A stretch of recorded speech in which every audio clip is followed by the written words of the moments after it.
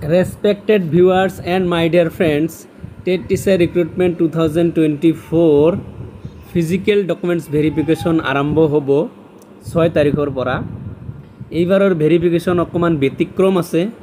ব্যতিক্ৰম মানে extra curricular activities ক্যান্ডিডেটছকে আগত মাতিছে। লগতে বহুতৰ প্ৰশ্ন মোৰ ভিডিও কমেন্টছত আপোনালোকে দেখিব পাৰিব। এক্সট্ৰা কাৰিকুলাৰ এক্টিভিটিজ ক্যান্ডিডেটছ ইমান বেছি কিয়? মই যোৱাকালি অকমান কৈছিলো, আজি আৰু ডিটেইলছ কম কিয় ইমান বেছি হৈছে আৰু এইবিলাক কি। যোৱাবাৰৰ তুলনাত এইবাৰ ইমান বেছি কিয় হ'ল?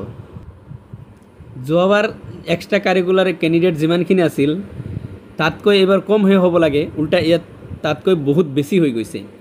Almost 4000 candidate extra curricular activities certificate জমা দিছে। তো এইবোৰ ক্যান্ডিডেটছ কি, কেনেকৈ ইহঁতে জমা দিলে, এই বিষয়ে আজিৰ ভিডিওত আলোচনা কৰিম। সো ভিডিও একেলগে চাব। And one request to you, চেনেলত নতুন হ'লে সাবস্ক্ৰাইব কৰি দিব। So let's start the discussion.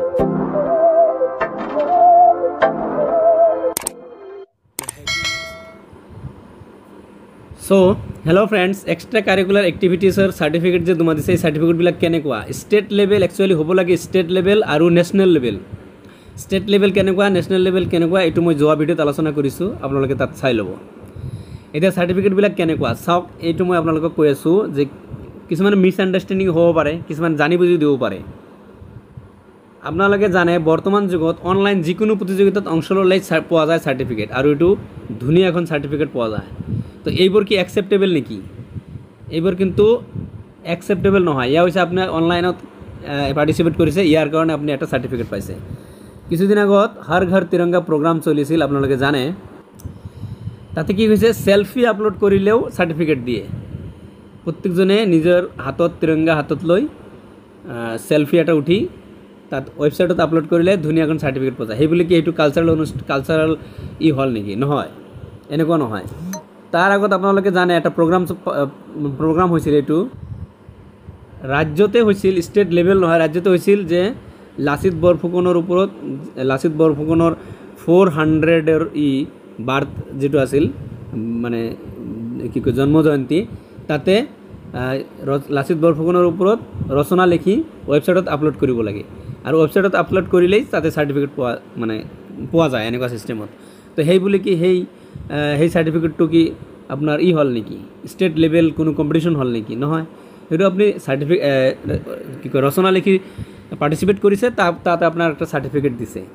তো এনেকুৱা ধৰণৰ কিছুমান সাৰ্টিফিকেটও জমা পৰিব পাৰে। মই খাটাং নহয় কি সাৰ্টিফিকেট জমা দিছে, কিন্তু এই অনলাইনত যিবিলাক সাৰ্টিফিকেট আহে, অনলাইনৰ যিটো সাৰ্টিফিকেট আহে একদম ধুনীয়া, যদি আপোনালোকে কালাৰ পেইণ্টিং কৰে তেনেহ'লে চাব যে কোনোবা মানে পাৰ্টিচিপেটৰ মানে কম্পিটিশ্যনৰ উইনাৰৰ সাৰ্টিফিকেটৰ নিচিনা দেখা যায়।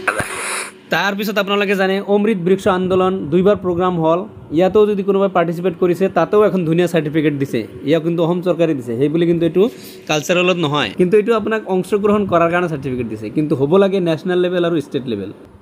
নেশ্যনেল লেভেল আৰু ষ্টেট লেভেল মানে কম্পিটিটৰ হ'ব লাগে, সেইটো ছিংগিঙে হওক, ডান্সাৰে হওক, স্পৰ্টছে হওক, বা এক্সট্ৰা কাৰিকুলাৰ যিখিনি আছে সেইখিনি। তো এইটো হ'ল এই কথাটো এনেকুৱা।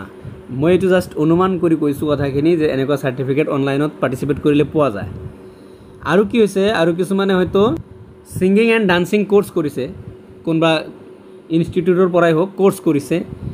কোৰ্ছ কৰা 6 মাহে বা 1 বছৰৰ পিছত 6 মাহিলী বা 1 ইয়াৰ কোৰ্ছ কৰিছে, তাতে সাৰ্টিফিকেট পাইছে। সেইটো হ'লেও নহ'ব, সেই ছিংগিং আৰু ডান্সিং সাৰ্টিফিকেট হ'লেও কিন্তু নহ'ব, কাৰণ এডভাৰ্টাইজমেণ্টটো যদি আপোনালোকে খুলি চায় তাতে ষ্টেট লেভেল আৰু নেশ্যনেল লেভেল পাৰ্টিচিপেট হ'ব লাগিব, কম্পিটিটৰ হ'ব লাগিব, আৰু সেইটো তেনেকুৱাহে হ'ব লাগিব। এইটো আপুনি এটা কোৰ্ছ কৰিছে। এতিয়া কথা হ'ল, যিবিলাকে ছাবমিট কৰিছে এনেকুৱা সাৰ্টিফিকেট, তেওঁলোকৰ কেণ্ডিডেটছাৰ কি কেঞ্চেল হ'ব নেকি? কেণ্ডিডেটছাৰৰ কেঞ্চেলৰ নিচিনা ইমান ডাঙৰ সিদ্ধান্ত হয়তো নহ'ব, হয়তো সাৰ্টিফিকেটটো কেঞ্চেল হ'ব, কিন্তু কেণ্ডিডেটছাৰ কেঞ্চেল নকৰিবও পাৰে, কাৰণ কেণ্ডিডেটছাৰ কেঞ্চেল মানে বিৰাট ডাঙৰ সিদ্ধান্ত। ইয়া কেণ্ডিডেটছাৰ হয়তো কেঞ্চেল নহ'ব, বাট সাৰ্টিফিকেটটো ডেফিনেটলি কেঞ্চেল হ'ব। বাকী কেণ্ডিডেটবিলাকে চিন্তা কৰি আছে, ইমান মানুহে জমা দিছে, আমি হয়তো নাপাম নেকি? নহয়, ইয়াৰ পৰা সাৰ্টিফিকেট বহুতৰে কেঞ্চেল হৈ যাব, টেনশ্যন ল'ব লগা নাই। আপোনালোকে ইমান টেনশ্যন নল'ব। বহুতে টেনশ্যন কৰি আছে যে জব নহ'ব নেকি। ইমান টেনশ্যন ল'ব লগা নাই, বহুত কেণ্ডিডেটৰ চাৰ্টিফিকেট কেঞ্চেল হ'ব, চাৰ্টিফিকেটটো কেঞ্চেল হ'ব ডেফিনেটলি। চ' থেংক ইউ। আজিৰ ইনফৰ্মেশ্যন ইমানতে, বহুতে চিন্তা কৰি আছিল, ভাবিলোঁ মই কথাখিনি কৈ দিওঁ। ইমান টেনশ্যন ল'ব লগা নাই, দুয়ো পক্ষৰে ইমান টেনশ্যন ল'ব লগা নাই। যিয়ে দিছে তাৰ চাৰ্টিফিকেট কেঞ্চেল হ'ব, আৰু যিবিলাকে দিয়া নাই তেওঁলোকে ভাবিছে যে আমাৰ সংখ্যাটো কমি যাব, নহয়, এনেকুৱা নহয়। চ' এইখিনি ইনফৰ্মেশ্যন আপোনালোকৰ শ্বেয়াৰ কৰিলোঁ। ভিডিঅ' ভাল লাগিলে লাইক আৰু শ্বেয়াৰ কৰি দিব। Thank U.